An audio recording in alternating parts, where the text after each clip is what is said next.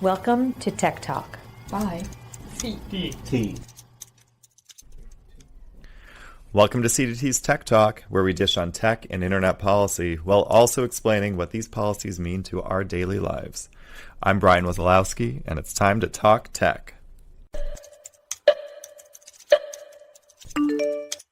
The G7 summit just took place in Quebec with leaders from Canada, France, Germany, Italy, Japan, the United Kingdom, and the United States coming together to address pressing economic issues.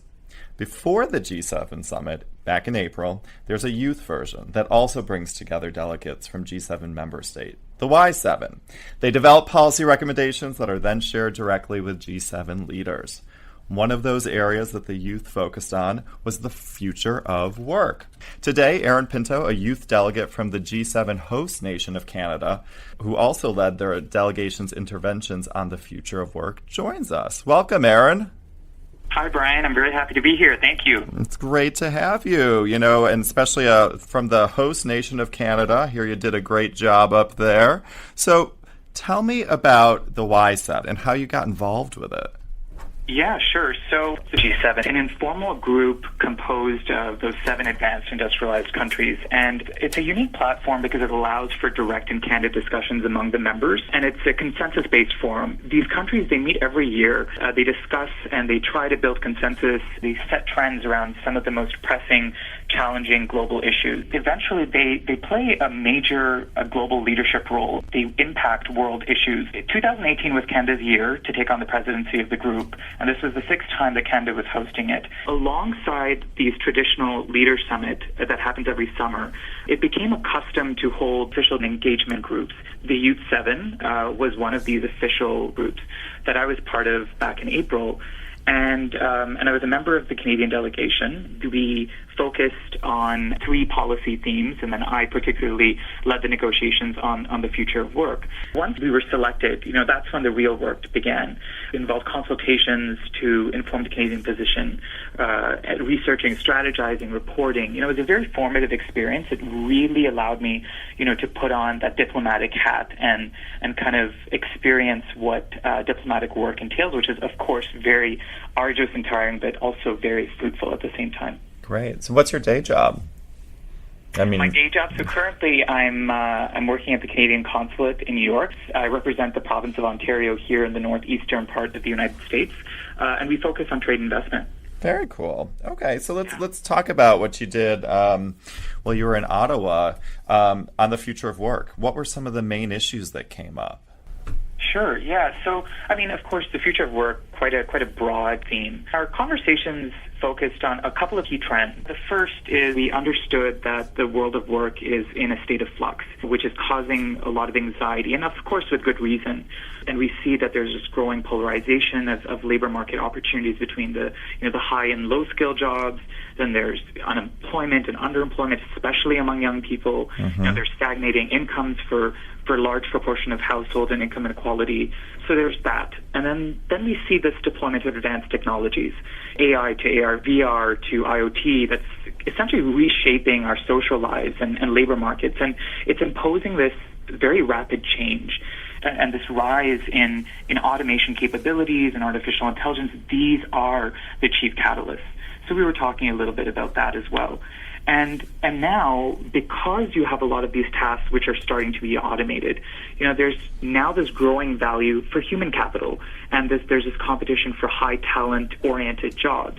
But then at the same time, we were discussing about how our education systems, for the most part, are still stuck in, a very different age, very siloed. It's not really applied focused. And many times it's not really supporting a more efficient, a more effective transition to work.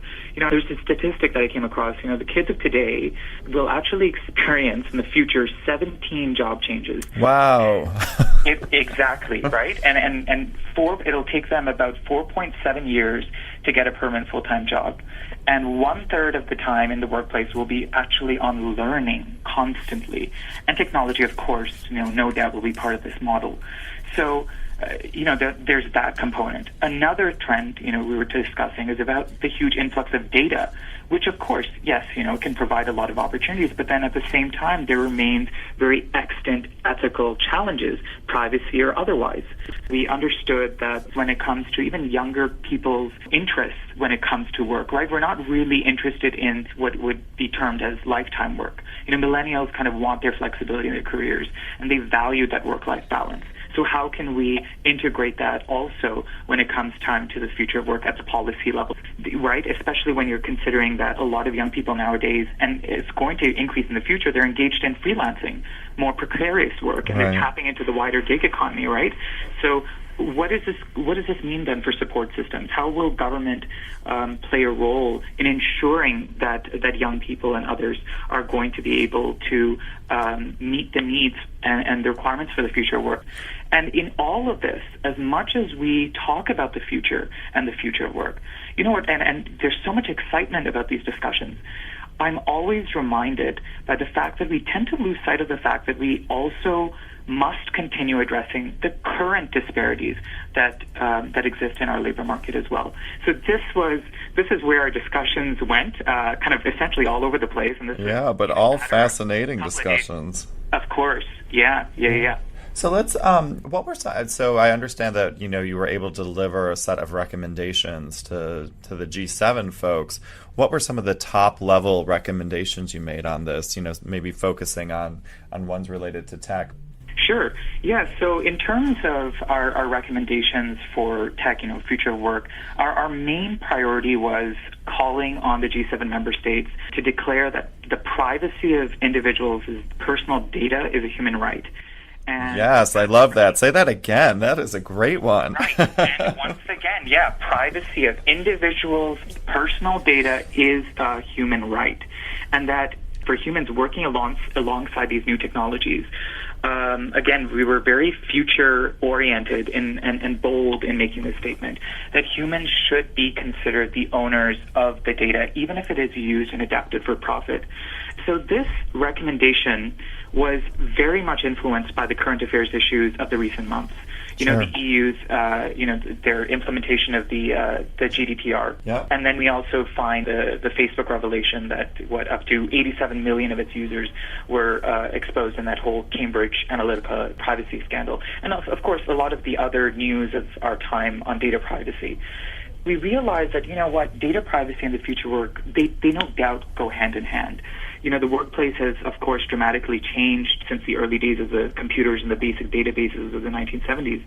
And now employee data, it was before maintained largely for record keeping, but now it's evolved using that data for whether it's business purposes or otherwise. And this obviously raises a lot of legal and ethical issues about data protection and privacy. And this is where the Y7's primary recommendation came from. And, right. and it embraces user empowerment. And one thing that was really encouraging, actually, is, a couple of days after we made this recommendation, Satya Nadella, CEO of Microsoft, he actually blatantly recognized as well that data privacy is a human right. And he further went on saying that there's no reason for anyone, for that matter, to be a second-class citizen when it comes to data privacy. This was quite reassuring for us. Yeah, no, that's fantastic. When you think about the future of work, you got to meet with delegates from the other countries. Are any countries seemingly more ahead or more advanced in preparing the workforce of the future? Anyone that impressed you besides, I'm sure, Canada, of course, right? Now, you know what? Well, first, this is the thing. So how exactly can we prepare young people for a future job market that we essentially can't predict? Right. So, we must give young people the skills to adapt. And those are not necessarily skills that you might think. Of course, literacy, numeracy, scientific knowledge, they'll always be critical. But you know what? There were world-leading companies that they were highlighted in one report that try to pinpoint what exactly will be the important job skills for 2020. And they, without a doubt, said complex problem solving. And of course, apart from critical thinking, creativity, collaboration, EI, and so forth. But Unfortunately, our school systems across the G7 nations and beyond, they were largely built during the Industrial Revolution. They're not really well equipped to impart these skills. But I would underscore the efforts of Japan and Canada in doing well when it comes to preparing young people for the future work, but particularly the skill of collaborative problem solving. Again, it's not just educational curricula, though, right? It's the entire environment. It's about the policy environment, the infrastructure. Technology is available, but it's also being used. So Canada, we recently launched the Innovation Skills Plan, and we're investing in these innovation superclusters and allowing young people to have opportunities to engage in coding as well.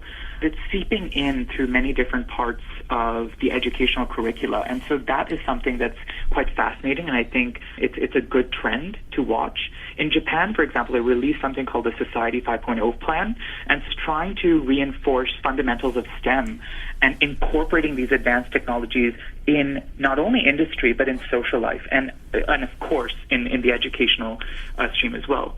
But outside of the G7, I have to say that Singapore does a fantastic job in ensuring that the curriculum is supporting education for future skills. They've made these investments in education technology. Yeah. They started by building up the infrastructure, then training the teachers how to use the gadgets, and identifying the schools to experiment with these new innovations, and that's fantastic. There are classrooms in Singapore now where digital devices are increasingly being viewed as a means to bring students together in collaboration rather than to, separate them. It is fascinating. It's very hands-on. It's very applied. So we have a lot to learn from these countries. Yeah, no, that's fascinating. I was not too long ago at a conference in Berlin talking about AI and the future of work. And there seems to be as many, potential problems as opportunities. But the countries that recognize that AI is a tool and empower workers to use it as a tool, may not see the same sort of displacement in workforce. So sounds like a lot of what you're talking about there. So we have to wrap it up. But Aaron, thank you so much for joining Tech Talk, sharing your insights. And I absolutely hope that the G7 folks are listening to you, your recommendations, and especially the one about privacy being a fundamental human right. Thanks so much, Brian.